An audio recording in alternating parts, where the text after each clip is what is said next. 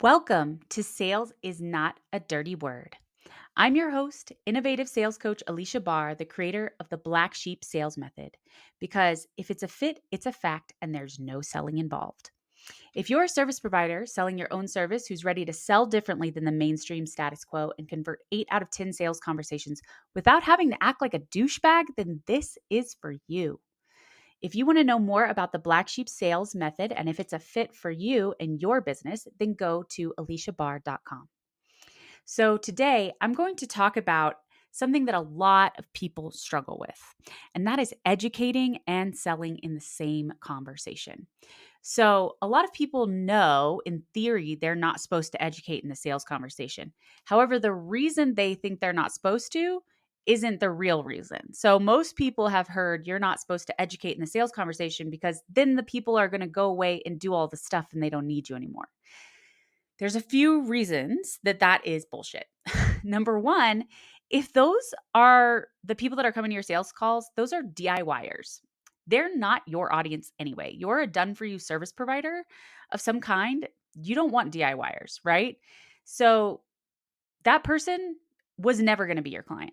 The second reason is that they're not going to remember. They're not going to remember everything you said and they're not going to do it right. And if they did, it wouldn't work because they didn't remember you correctly. The real reason you can't educate and sell in the same conversation is that it is overwhelming and confusing to your prospect. So they can tell you're an expert, but they're really unclear what you're going to do for them and what result it's going to create because you're going so deep into all of these things that have nothing to do with either of those things, right? You're either going deep into your industry as a whole and how it's different and all this stuff, or you're going into specific strategies and actions they can take. And it's like too in the weeds. So you'll know that you have educated and sold in a sales conversation when somebody says, "This is a lot to process. Let me get back to you." Or they have that deer in the headlight looks and they're just like, let me think about it and get back to you. Or this is a lot to think about. Those are all signs that you have overwhelmed and confused a person. So it's really easy for experts who are passionate about what they do to kind of like get excited about sharing a bunch of information with somebody. However, if you could take yourself back to before you knew all this stuff about it and you were just interested in it and what kind of information you would need or want to know at that starting point, that is where your prospect is. And if you can imagine someone overwhelming you with the ins and the outs that you might be overwhelming someone with in your sales conversations, then you can understand why they're confused. And you could also think about another industry where you're the buyer and somebody just totally overwhelms you with a bunch of information. For example, I was just talking to some people who do solar installation and on an RV. How cool is that? And the guy is a technician. So when somebody asks, "Can a microwave work in here?" He's like, "Well," and he tells them all the scenarios that it could or could not work. And the person's just like, "Okay, I can tell this guy really knows what he's talking about. I have no idea if this is the solution for me," because attention spans are short, right? So, anyway, when they say, like, "Let me process that, let me think about it, that's a lot to think about," they're going to go away. And the natural human response before investing in something is to think about all the reasons that you shouldn't do it. You're like, "Oh, what if I'm wrong? What if I invest this and I get nothing? What if this is a bad investment and I'm just out this money?" It's a very normal human response. So instead, you want to send them whatever they need to educate them. So in the sales conversation, you can focus specifically on their situation during the call. So that will naturally shift the conversation. So it's more likely to be a yes on the call. So, for example, I was experiencing a lot of people being like, "Well, how are you different?" when they talk to me, right? And I'm extremely different from most of the sales coaches and experts out there. So I was having to explain in so many paragraphs how I'm different, right? For somebody to really understand that I'm not going to be the person who's creating an Excel spreadsheet for you that you track your numbers in and I hold you accountable to them. If that's what you're looking for, it's not me, right? I'm also not the one who's going to be like, not giving you the words and questions you need, and instead just like helping you with some vague strategy for like objections or something. For whatever reason, most sales experts do not help with that. And they always emphasize volume, like talk to as many people as possible, which is also the opposite of me. So, what really helped was sending these 10 commandments ahead of time before a sales conversation so somebody can understand, okay, I understand how she's different. And now we can just talk about my offer, how my sales conversations are going, what I can do to improve them, how my follow up is going, how my proposals are going, whatever is going to be of highest impact. And it made a huge difference because it's too much to process for somebody to understand what makes you different and why that matters to them, right?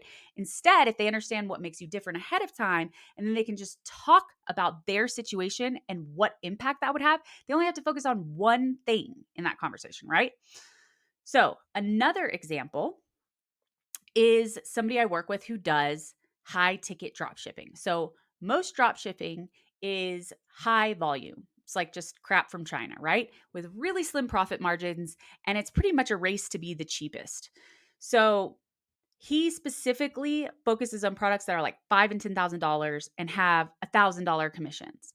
So, if he has somebody who comes in through his ebook that he sells, they are ready to go. They understand his philosophy, they understand how it's different.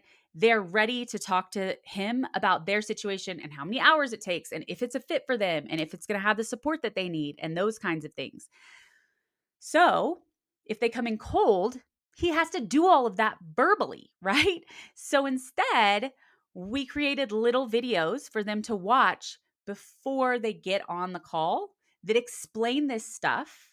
And now he was closing like 10% of his cold leads, and now he's closing 75% of his cold leads because they have that context.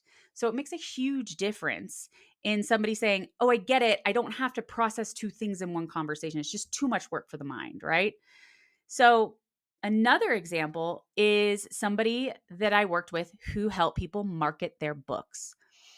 Now, she was experiencing a lot of people coming on the sales conversations just pissed that they had invested with a publisher and they spent all this money self-publishing, right? Like at least $10,000 usually on the low end, and nobody read their book. And the publishers don't tell them ahead of time that they're going to have some type of promotional plan, because just because you publish a book doesn't mean people read it. It just doesn't work like that. I'm sorry. There's like hundreds of thousands of books published every day. How are people just going to know all of a sudden it exists and they need to read it? So it's a really frustrating experience. And they would get on the call with my client and just be like mad about it, right? And then also say things like, well, are you going to do it all for me? And she's like, no, I'm crafting it with you. And then you post it and you host the launch call and, you create this podcast and these kinds of things that you can do with your book, because a lot of people don't even think about how they can create programs from their book or podcasts or get speaking engagements or whatever, these other lines of revenue when you're being creative. This can be like the launch pad of your business, right? So we sent a video ahead of time that was saying, number one, like, don't shoot the messenger, man. Okay.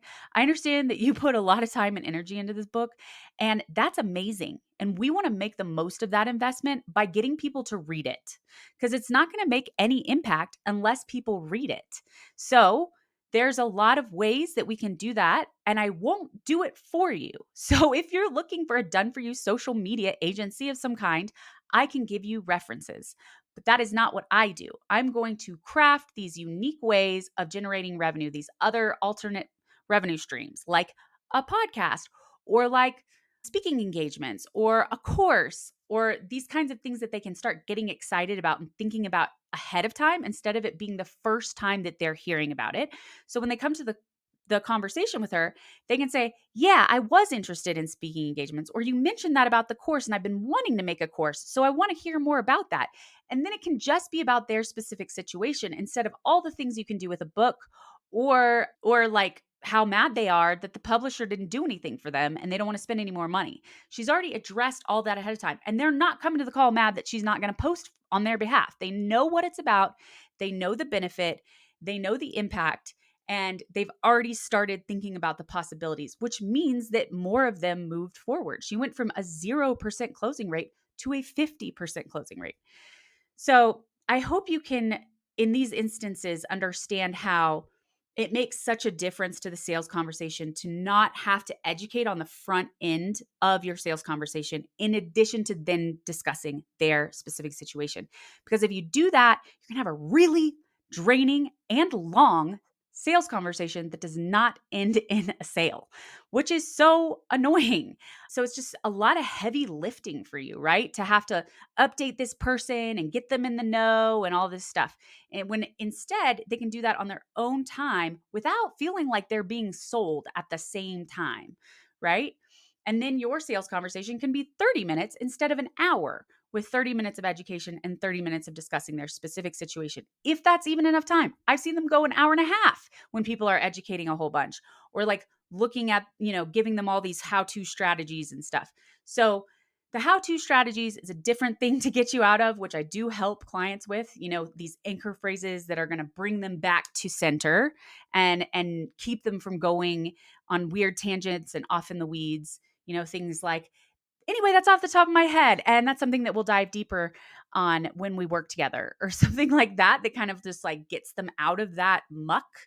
And this is also something that I cover this episode about the pre-education series, though. It makes a huge difference in increasing closing rates. And you're also letting them know, if you are looking, in the client example about the book, like if you're looking for done for you social media, that's not me. So clients can cancel. And in my example, if you're looking for somebody who's going to hold you accountable to a large volume of numbers, that's not me. And I can introduce you to someone who is. So you're filtering out people as well and getting the right people to choose in even more confidently. So if that's something that you want help with, please book a sales level up call. We'll look at your sales conversations, your messaging, the words you're using, how you're positioning yourself, and see where there's opportunity to adjust. And also discuss, if you want, what you can send ahead of time that's going to shift the buyer mindset so that they're more likely to say yes, whether that's educating, whether that's filtering them out, whether that's addressing, common misconceptions. There are lots of cases. And it's one of those things where I understand your offer inside and out. And then I can tell you what they need to see ahead of time based on like the patterns you're experiencing with your clients. So, anyway, the link to book that call is in the show notes. And for now, thank you all for listening, and I will see you next time.